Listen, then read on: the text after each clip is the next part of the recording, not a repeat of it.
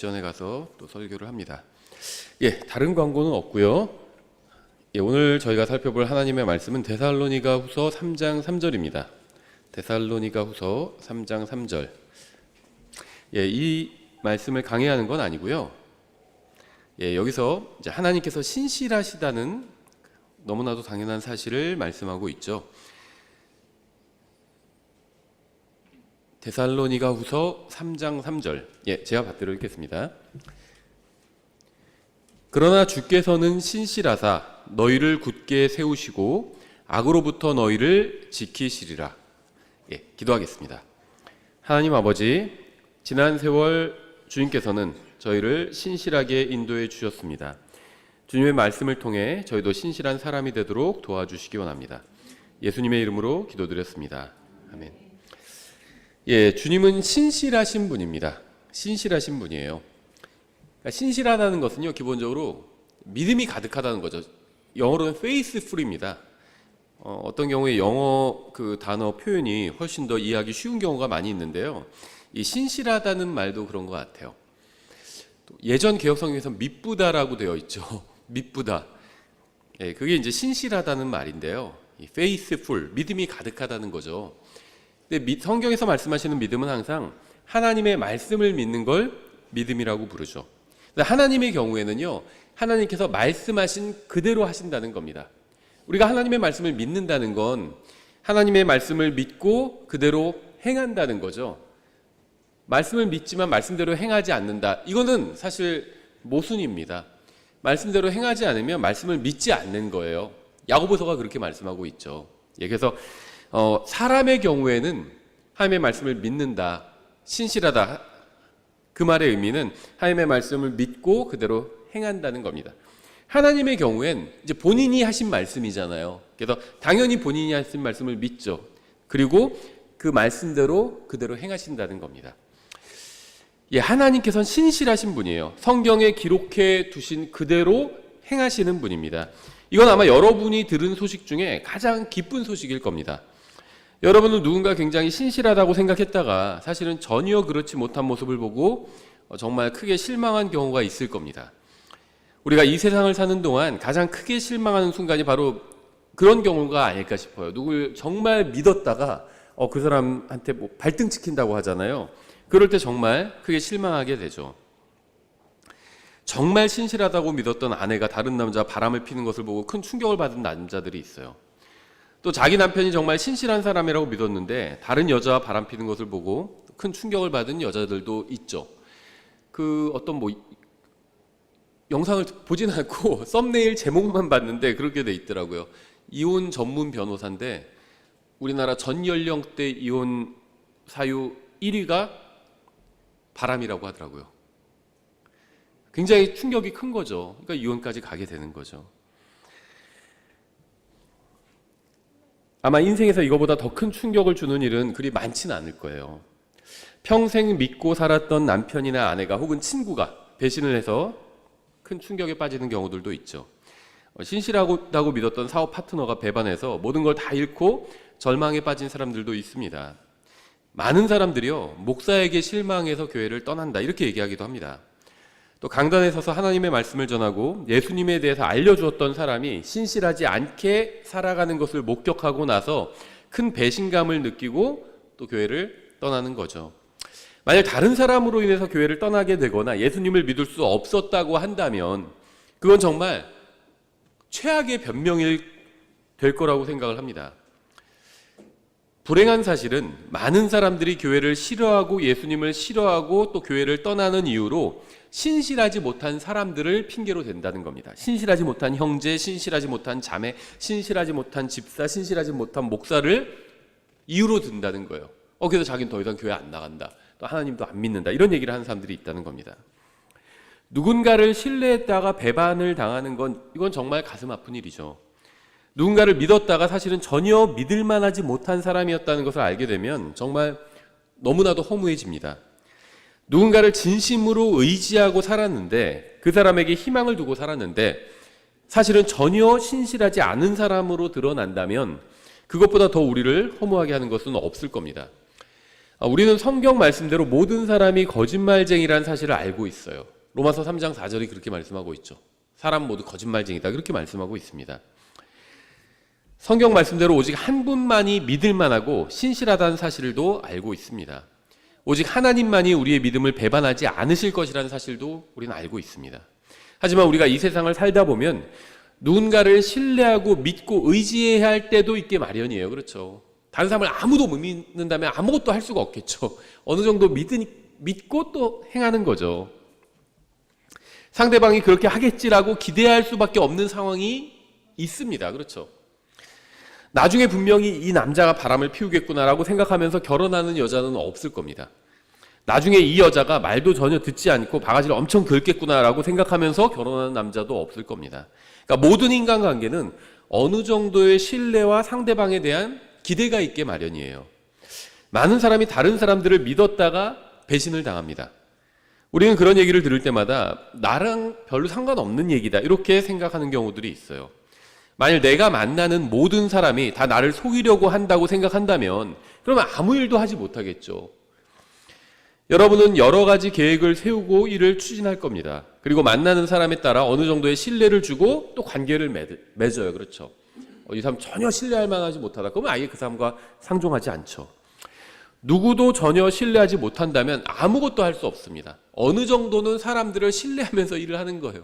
그렇죠. 누굴 신뢰하니까 또 직원으로 고용하고 맡기기도 하고 그러는 거죠. 거짓말을 하는 사람들, 전혀 믿을 만하지 못한 사람들이 많다는 사실을 알면서도 나는 그런 사람을 만나지 않을 거라고 생각하면서 살아갑니다. 일단은 그렇게 생각하면서 살 수밖에 없어요. 그렇죠. 그러다가 신실하지 못한 사람을 이제 한번 제대로 만나게 되면 또 배반을 당하게 되면 이제 상처를 깊게 입게 되는 겁니다. 아이들은 부모가 항상 자신을 사랑해 줄 것을 기대합니다. 자기를 버리거나 떠나지 않고 무한한 사랑을 줄 거라고 생각을 합니다. 하지만 기대하는 정반대의 일이 일어나게 되었을 때 큰 충격을 받고 마음이 갈기갈기 찢어지는 거죠. 이렇게 사람에게 신뢰를 두었다가 실망하게 되는 경우는 너무나도 많이 있습니다. 저는 오늘 여러분이 무한한 신뢰를 두어도 전혀 실망하지 않을 한 분에 대한 이야기를 하려고 합니다. 여러분이 온 마음을 다해서 믿어도 절대 실망하거나 후회하지 않을 한 분에 대해서 이야기를 하려고 합니다. 하나님은 신실하신 분이에요. 하나님은 온 세상에서 자신이 약속하신 것을 항상 지키셨고 앞으로도 항상 지킬 유일하신 분입니다. 하나님께서는 여러분에게 약속하신 것은 어떤 일이 있어도 반드시 지키실 겁니다. 왜냐하면 하나님은 신실하신 분이기 때문이에요. 여러분은 다른 형제 자매에게 실망할 수도 있고 가족으로 인해서 실망할 수도 있고요. 또 목사에게 실망할 수도 있고요. 가장 친한 친구에게 실망할 수도 있습니다. 하지만 여러분은 결코 하나님께 실망하지는 않을 겁니다. 하나님이 어떤 분이시고 그분이 어떤 말씀을 하셨는지 안다면 결코 하나님께 실망하지 않을 거예요. 여러분이 하나님에 대해서 실망하는 이유는 누군가 여러분에게 하나님에 대해서 잘못된 정보를 주었기 때문입니다. 여러분을 실망시킨 것은 그 잘못된 정보를 준 사람이지 절대 하나님이 아니에요. 여러분이 잘못된 교리나 가르침을 믿었기 때문에 하나님께 실망하게 된 거지 성경에서 말씀하시는 하나님께서 여러분을 실망시키신 적은 단 한 번도 없습니다. 하나님은 신실하신 분이기 때문이에요. 말씀대로 그대로 행하시는 분이기 때문입니다. 신실하다는 것은 자신의 임무를 완벽하게 수행한다는 거죠. 저는 좋은 아빠인 적이 있었을 겁니다. 또 좋지 못한 아빠인 적도 있었을 겁니다. 또 좋은 남편인 적도 있었을 겁니다. 또 좋지 못한 남편인 적도 있었을 겁니다. 또 제가 좋은 목사인 적도 가끔은 있겠죠. 물론 그렇지 못할 때가 더 많을 겁니다. 아마. 우리는 모두 할 일이 있어요.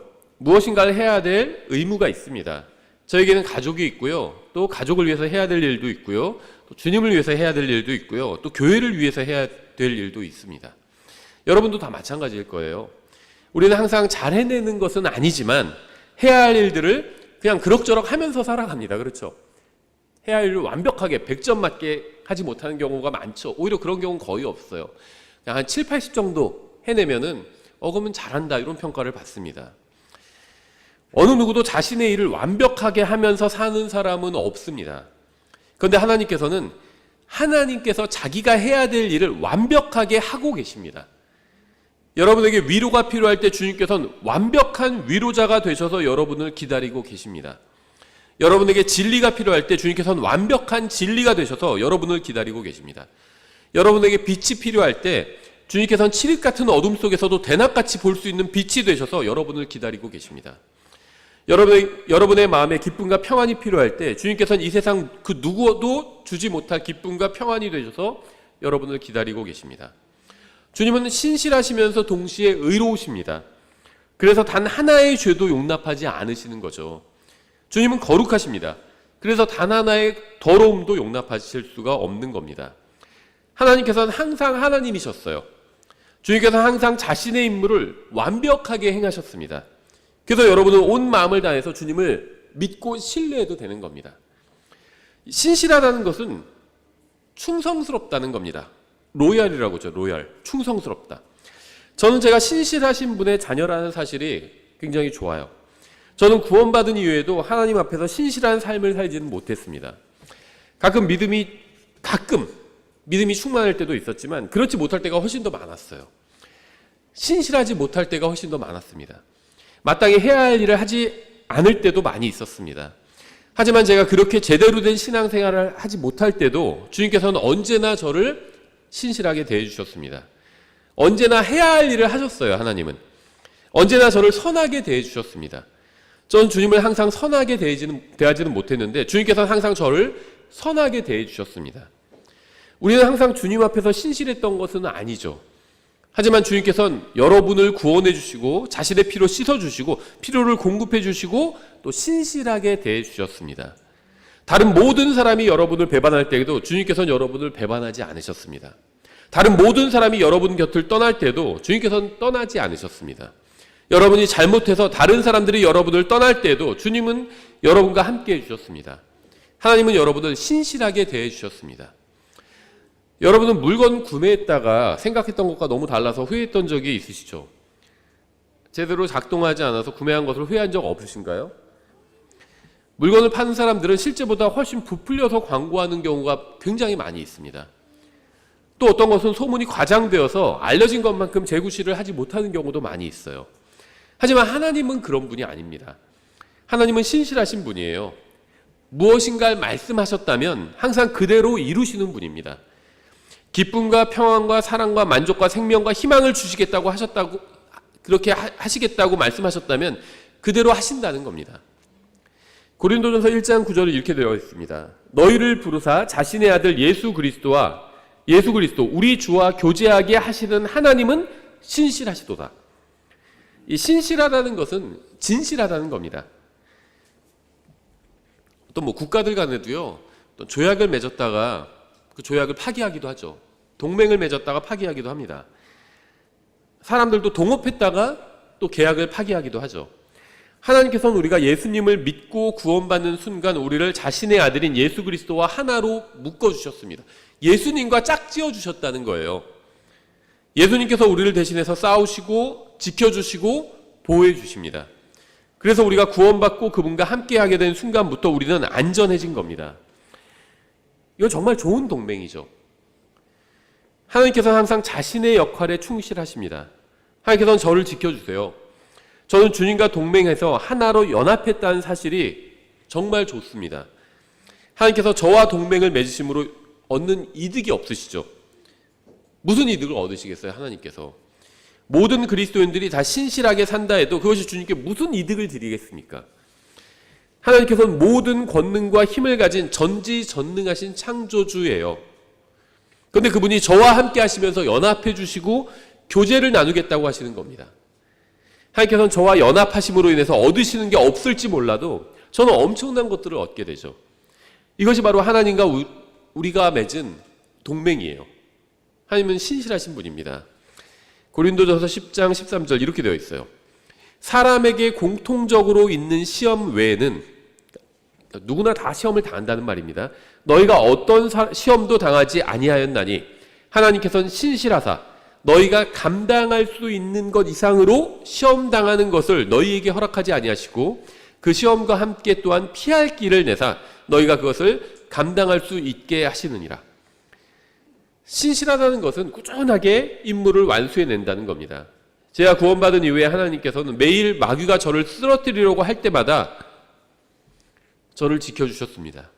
제가 감당할 수 없는 무거운 짐들을 모두 다 제거해 주셨습니다. 모든 짐을 다 제거해 주신 건 아니에요. 근데 제가 감당할 수 없는 짐은 제거해 주셨다는 겁니다. 주님께서는 제가 감당할 수 있는 짐만 남겨두시고 또 저와 함께 해주십니다. 주님께서는 마귀가 저를 완전히 쓰러뜨릴 만한 시험은 허락하지 않으셨습니다. 제가 도저히 감당할 수 없는 짐은 지워주지 않으셨습니다. 가끔 이제 가족과 함께 밖에 어디 갔다가 오는 길에 뭐 할머니 댁에 갔다 온다 면 짐이 많아질 때가 있습니다. 근데 이제 대부분의 짐은 제가 듭니다. 근데 이제 제가 다 들 수 있는 경우에도 가능하면 가벼운 짐 중에 아이들이 들 수 있는 건 아이들에게 나눠줍니다. 들게 해요, 아이들이. 사실은 아이들이 안 들어도 됩니다. 제가 다 들 수 있어요, 충분히. 그런데도 가벼운 짐은 나눠줄 때가 있습니다. 왜냐하면 그렇게 짐도 들고 가고 이런 것도 배워야 되잖아요. 그렇죠? 그래서 일부러 나눠주는 거예요.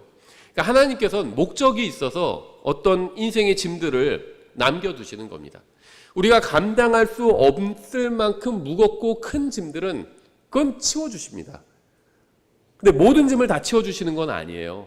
마치 부모가 아이들을 교육시키기 위해서 어떤 짐은 또 나눠서 드는 것처럼 아빠가 다 들 수 있는데도 어떤 가벼운 짐은 나눠주는 것처럼 하나님께서도 짐을 나눠주신다는 겁니다.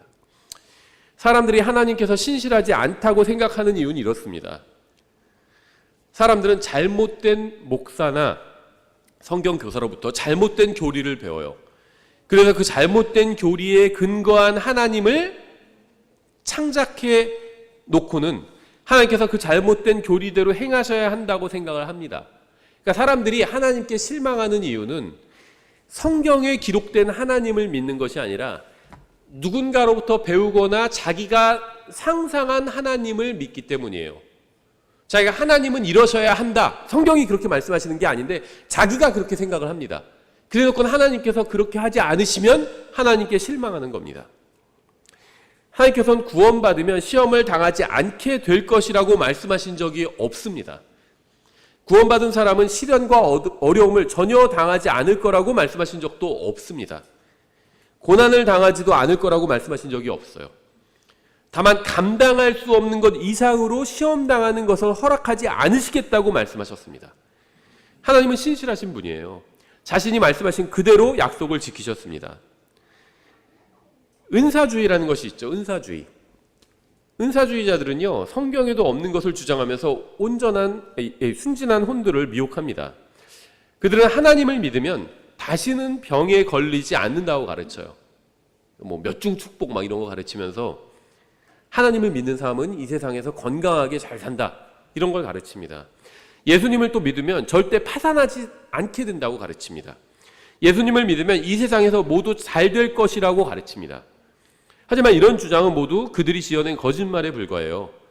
그리고 성경을 읽지 않는 사람들이 이런 허무맹랑한 거짓말에 속아 넘어가는 겁니다. 하나님께서는 누군가가 지어낸 거짓말대로 일하시는 분이 아닙니다. 따라서 누군가가 지어낸 거짓말대로 하나님께서 일하시지 않았다고 해서 하나님을 신실하지 않은 분이라고 비난하는 것은 그건 부당한 일입니다.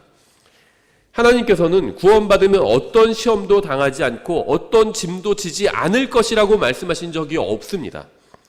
구원받으면 이 세상에서 모든 슬픔이 사라져버릴 거라고 말씀하신 적도 없습니다. 구원받으면 이 세상에서 다시는 어려움과 고난을 당하지 않고 병에 걸리지도 않을 거라고 하신 적도 없습니다. 하나님께서는 여러분이 감당할 수 없을 정도로 무거운 짐을 지우지 않겠다고 하셨을 뿐이에요. 그리고 하나님께서는 신실하게 자신이 말씀하신 그대로 행하셨습니다. 물론 어떤 경우에는 하나님께서 제가 생각하는 것보다 더 제 어깨가 강하다고 생각하실 때가 있는 것은 사실이에요. 그러니까 하나님께서 저에게 짐을 지우실 때가 있는데요.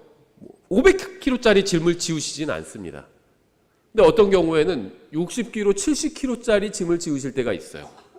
사람이 보통 일반적인 경우에 자기 몸무게 정도는 들 수가 있거든요. 일반적인 사람의 경우에 자기 몸무게 정도 들어요. 그런데 굉장히 무겁다고 생각하면서 듭니다. 그렇죠? 10kg 정도, 그건 가볍게 들 수 있어요. 근데 60kg, 70kg짜리를 들으라고 하면 그건 무겁다고 느껴집니다. 근데 분명한 사실은요, 저보다 더 저 자신을 잘 아시는 분이 하나님입니다.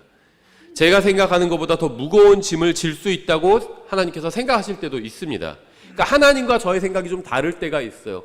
저는 제가 들 수 있는 최대한 맥시멈이 30kg다 이렇게 생각하는데 하나님은 아니, 그거보단 더 들 수 있어. 넌 80kg까지도 들 수 있을 걸, 이렇게 생각하실 때도 있다는 겁니다. 근데 어쨌든 하나님은 저보다 더 저를 잘 아시는 분이에요.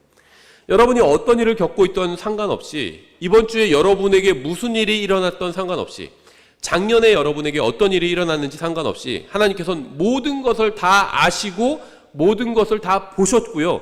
여러분이 그것을 감당할 수 있다는 사실도 알고 계시고요. 여러분이 하나님을 신뢰하기만 한다면 결코 쓰러지지 않을 거라는 사실도 알고 계십니다. 그건 내가 지기에 너무 어려운 짐이었는데. 맞아요. 어떤 짐들은요, 여러분이 지기에 어려운 짐일 수도 있습니다. 기구를 이용할 때가 있잖아요. 우리가 어떤 걸 들 때 그냥 들면 힘든데 기구를 이용해서 들면 더 쉬울 때도 있죠. 과거에 뭐 지게 같은 것도 있었잖아요. 조상들이. 배낭 같은 것도 있고요. 내가 그냥 내 힘만으로 지려면 어려운데 어떤 기구에 의지해서 들어올리면 해볼만 하다, 이럴 때가 있죠. 하나님께서 어떤 경우에 우리가 보기에 이거는 나한테 너무 무거운 짐인데 이렇게 생각되는 것들도 허락하실 때가 있어요. 근데 그럴 때는요, 혼자 그걸 들으라는 것이 아닙니다. 주님을 신뢰해서 들으라는 거예요. 주님을 신뢰해서. 근데 주님을 신뢰하진 않고 나 혼자 하려고 하니까 어려운 겁니다. 그러니까 하나님께서는 때에 따라선 내가 지기에 어려워 보이는 짐도 허락해 주시는데 그것은 혼자 들라는 것이 아니라 주님을 신뢰해서 들라는 겁니다. 기구를 사용해서 들라는 거예요. 이 세상을 보고 실망할 필요가 없습니다. 속이기도 하고 속기도 하는 게 이 세상이죠. 신뢰할 만한 분을 바라봐야 합니다. 항상 약속을 지키시는 분과 만나야 합니다. 그분과 교제를 나눠야 해요. 예수님께 나아가십시오.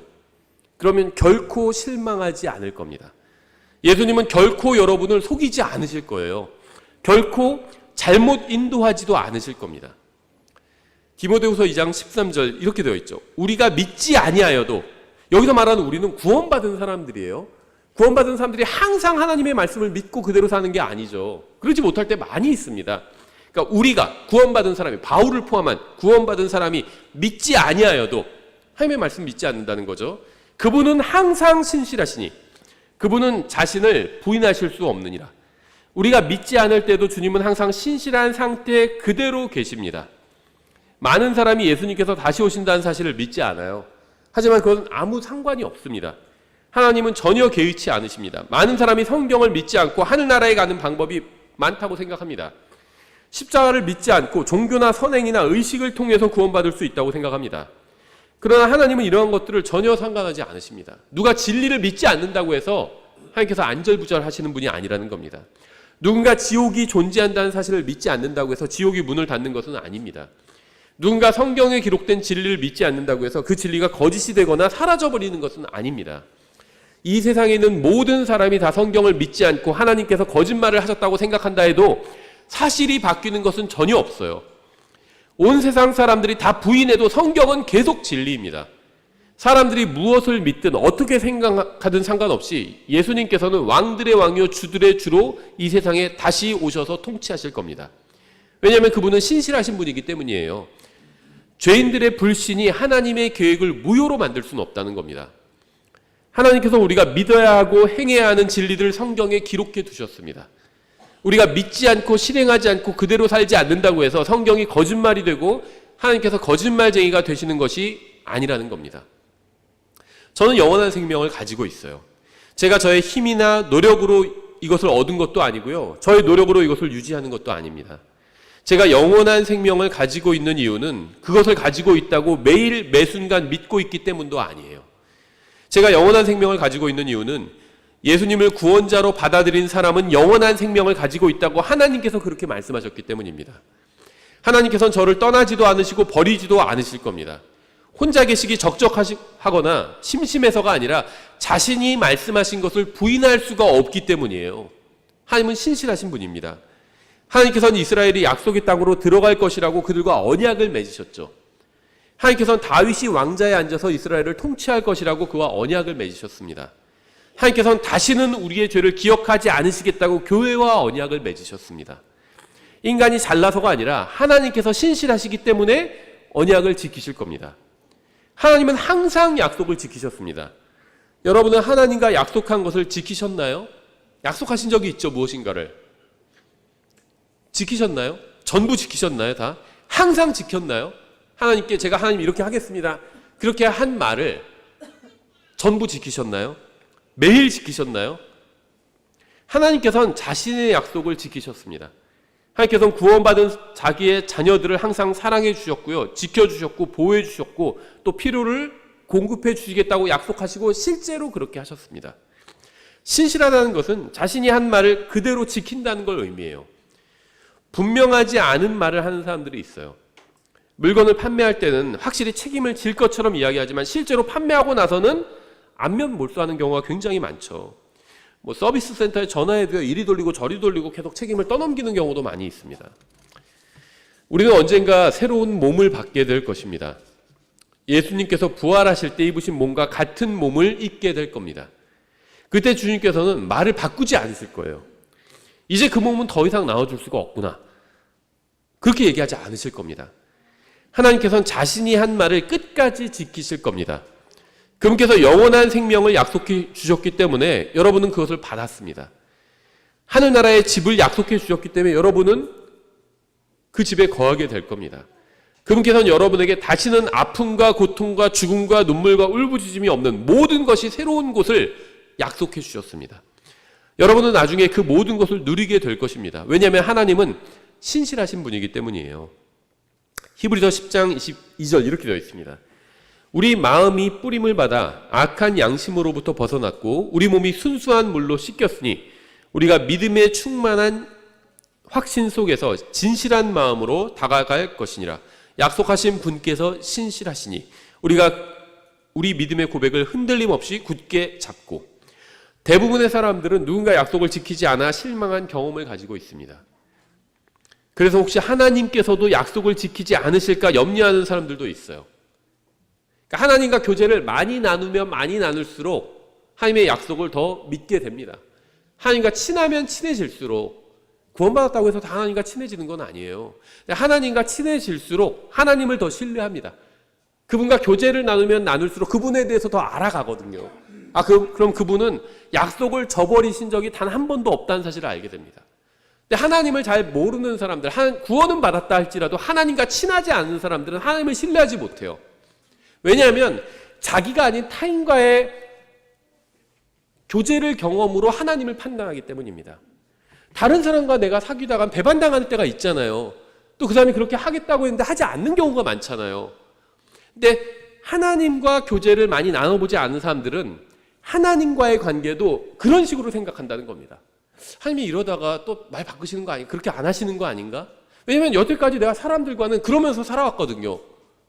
또 어느 정도는 신뢰하지만 또 어느 정도 신뢰하지 않으면서 살아왔습니다. 사람들과는. 그렇지 않나요? 어느 정도는 신뢰해요. 그래야지 뭔가 할 수 있죠, 같이. 근데 완전히 신뢰하지는 않아요. 언제나 이 사람, 언젠가 뒤통수 날 칠 수가 있습니다. 그러니까 사람과는 그냥 적당히 신뢰도 하면서 또 신뢰하지도 않으면서 그렇게 살아왔어요. 근데 하나님과 교제를 많이 나눠보지 않은 사람들이 하나님도 그런 식으로 대한다는 겁니다. 어느 정도 신뢰해요. 근데 또 어느 정도 또 어떤 건 신뢰하지 않습니다. 예를 들면요, 구원에 있어서는 신뢰합니다. 그래서 예수님을 믿고 구원받았죠. 인생에 관해서는 신뢰하지 않아요. 정말 이런 순간에도 다 하나님을 신뢰해야 되나? 적당히 거짓말도 하고 과대 광고도 하고 그러면서 살아야 되는데 하나님 말씀대로 정직하게만 살아서 세상에서 살 수 있을까? 신뢰하지 않는 겁니다.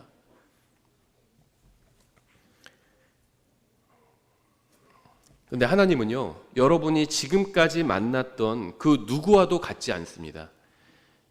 정말 독특한 분이에요. 신실함에 있어서 특히 더 그렇습니다. 여러분은 지금까지 100% 신실한 사람을 만나본 적이 없어요. 그런 사람은 없습니다. 하나님은 그런데 100% 신실하신 분이에요. 여러분이 지금까지 만났던 그 누구와도 같지 않는 분입니다.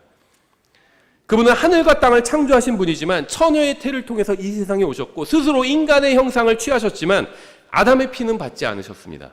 따라서 그분에게는 죄의 본성이 없습니다. 그분에게는 이기심이 전혀 없어요. 탐욕도 전혀 없습니다. 그분은 거룩하시고 다른 사람들에게 어떤 해를 끼치지 않으시고 더럽혀지지 않으셨고 죄인들과는 분리되어 계셨습니다. 그분은 여러분에게 거짓말을 하고 속이고 이득을 취한 그 누구와도 같지 않은 분이에요. 그분은 여러분을 배반한 그 누구와도 같지 않은 분입니다. 하나님은 신실하신 분입니다. 여러분은 그분을 신뢰할 수 있습니다. 하나님은 여러분에게 해를 끼치는 분이 아닙니다. 여러분은 그분을 신뢰할 수 있어요. 하나님은 여러분을 속이지 않습니다. 여러분은 그분을 신뢰할 수 있습니다. 아무도 여러분과 함께하지 않을 때도 그분은 여러분과 함께해 주십니다. 모든 사람이 여러분의 곁을 떠나도 그분은 여러분과 함께해 주십니다. 그분은 여러분을 결코 실망시키지 않으실 겁니다. 여러분은 다른 사람으로 인해서 하나님을 신뢰하지 않게 될 수도 있어요. 다른 사람들이 가르치는 거짓 교리로 인해서 하나님을 신뢰하지 않게 될 수도 있습니다. 다른 사람들의 실패로 하나님을 신뢰하지 않게 될 수도 있습니다. 하지만 하나님 때문에 하나님을 신뢰하지 않게 되는 일은 일어나지 않을 겁니다. 하나님의 말씀 때문에 하나님을 신뢰하지 않게 되는 일은 일어나지 않을 거예요. 다른 사람이 가르친 것, 목사나 성경교사나 다른 그리스도인이나 다른 사람이 가르친 말 때문에 하나님께 실망할 때는 있습니다. 하지만 하나님께서 하신 말씀 때문에 하나님께 실망하게 되는 경우는 없을 거라는 겁니다. 신실하다는 말은요, 서약을 지킨다는 말이죠. 특히 부부관계에 있어서 혼인 서약을 지킨다는 말입니다. 성경은 우리가 예수 그리스도와 혼인할 것이라고 말씀하고 있습니다. 우리는 그리스도를 위한 정결한 처녀와 같다고 말씀하고 있죠. 성경은 에베소서 5장에서 예수님께서 우리를 마치 남자가 자신의 신부를 사랑하는 것처럼 사랑하신다고 말씀하고 있습니다. 계시록 19장 11절 이렇게 되어 있죠. 또 내가 하늘이 열린 것을 보았는데 보라 흰말이라 그 위에 타신 분은 신실하신 분 참되신 분이라 불렸으며 그분은 의로 심판하고 전쟁을 하시느니라. 예수님의 또 다른 이름이 무엇인지 아세요? 신실하신 분, 참되신 분입니다. 여기에 있는 그 누구도 이러한 이름으로 불릴 자격이 있는 사람은 아무도 없습니다. 우리 중에 당한 사람도 이제부터 나를 신실한 사람, 참된 사람이라고 불러달라고 할 수 있는 사람은 없어요. 왜냐하면 우리는 신실하지 않고 참되지 않기 때문입니다. 영적 굶주림에 시달린 사람들은 교회에 왔다가 사람들을 보고 실망하고 떠나갑니다. 신실할 거라고 생각했던 사람들이 전혀 신실하지 않은 모습을 보고 실망하고 떠나는 거죠. 예전에 교회에 다닌 적이 있는 사람에게 왜 지금 교회를 다니지 않느냐고 물어보면요, 신실하지 않은 사람들, 신실하지 않은 집사, 신실하지 않은 목사 때문에 나는 떠난다. 그래서 나는 교회를 떠났다. 이렇게 얘기하는 사람들이 있어요. 저는 신실하지 않은 집사를요 5명 알고 있습니다. 집사님이라고 하는데, 집사라고 하는데 전혀 신실하지 않아요. 근데 신실하지 않은 목사는 더 많이 알고 있어요. 한 3배 이상 더 되는 것 같아요. 신실하지 않은 집사보다 신실하지 않은 목사는요 15명 이상 알고 있어요. 그 중에 하나는 여기 있습니다.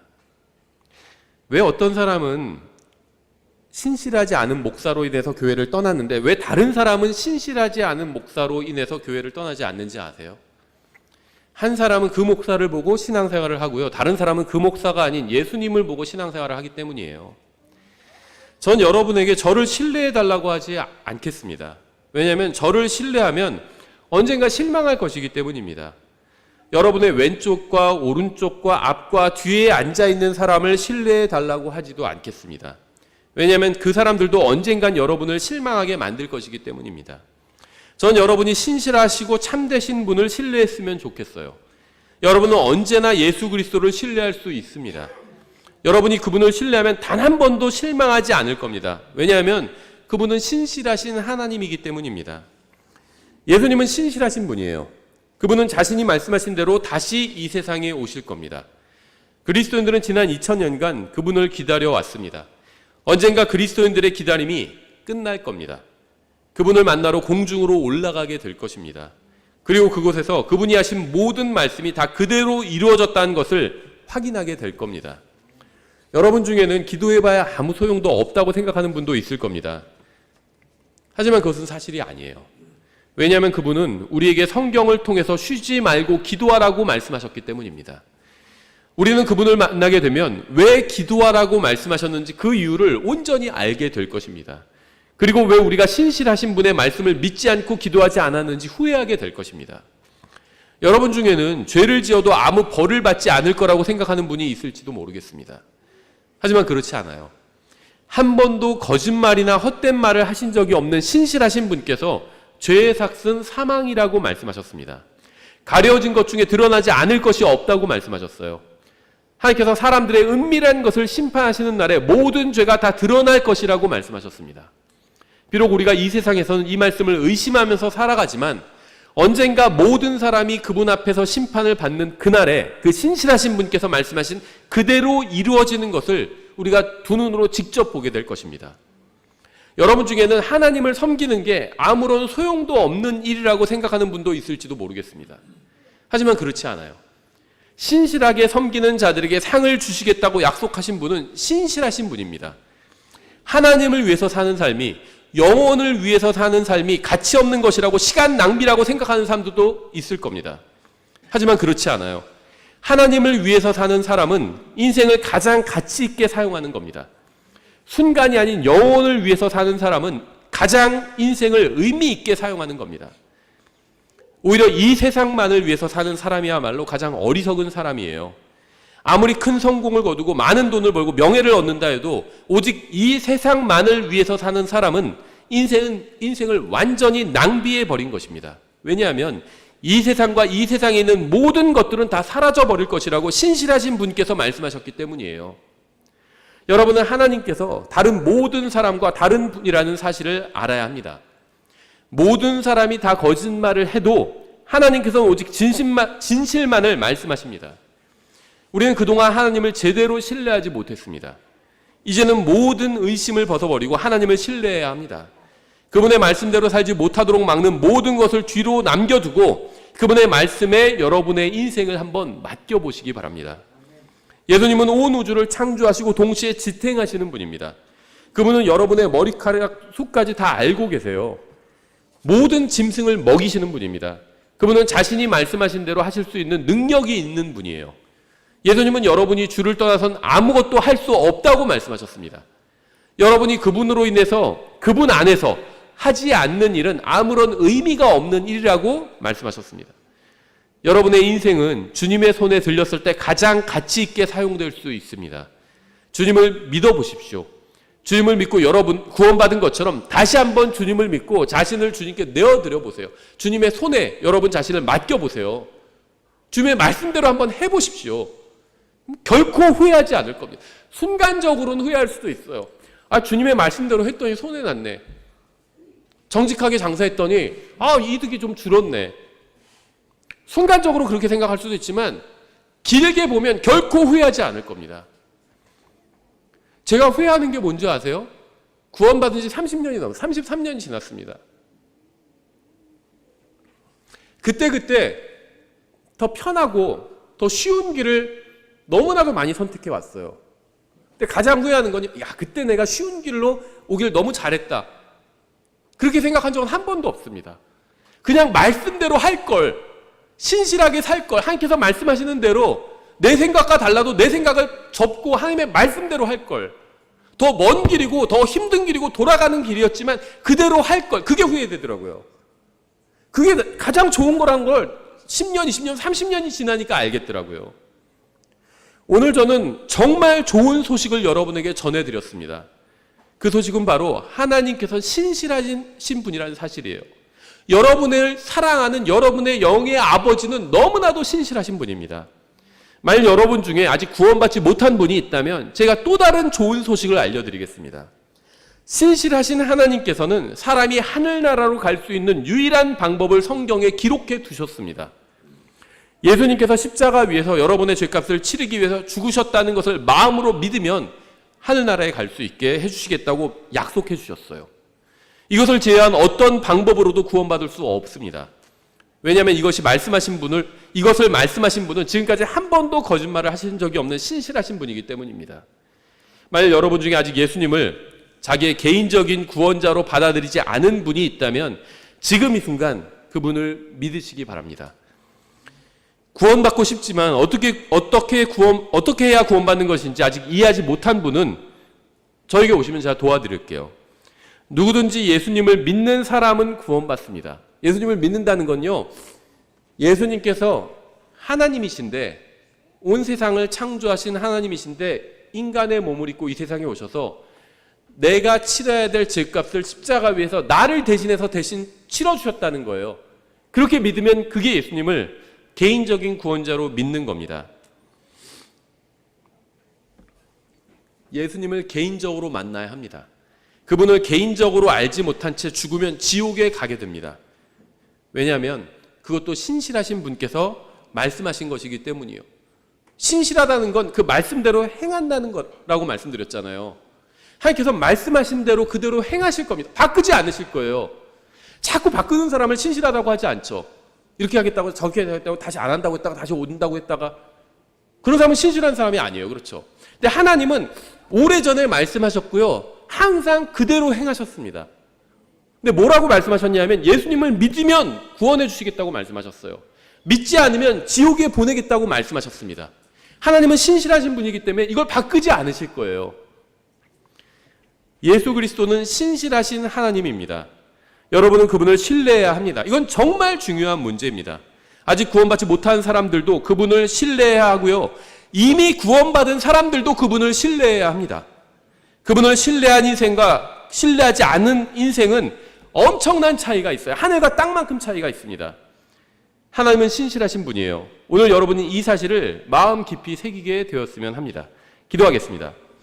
하나님 아버지, 주님께서 행하신 모든 신실한 일로 인해서 감사드립니다. 무엇보다 주님께서 신실하신 하나님이심으로 인해 감사드립니다. 이 설교를 듣는 모든 사람이 신실한 주님을 믿어 구원받고 영원히 가치 있는 인생을 살게 도와주시기 원합니다. 예수님의 이름으로 기도드렸습니다.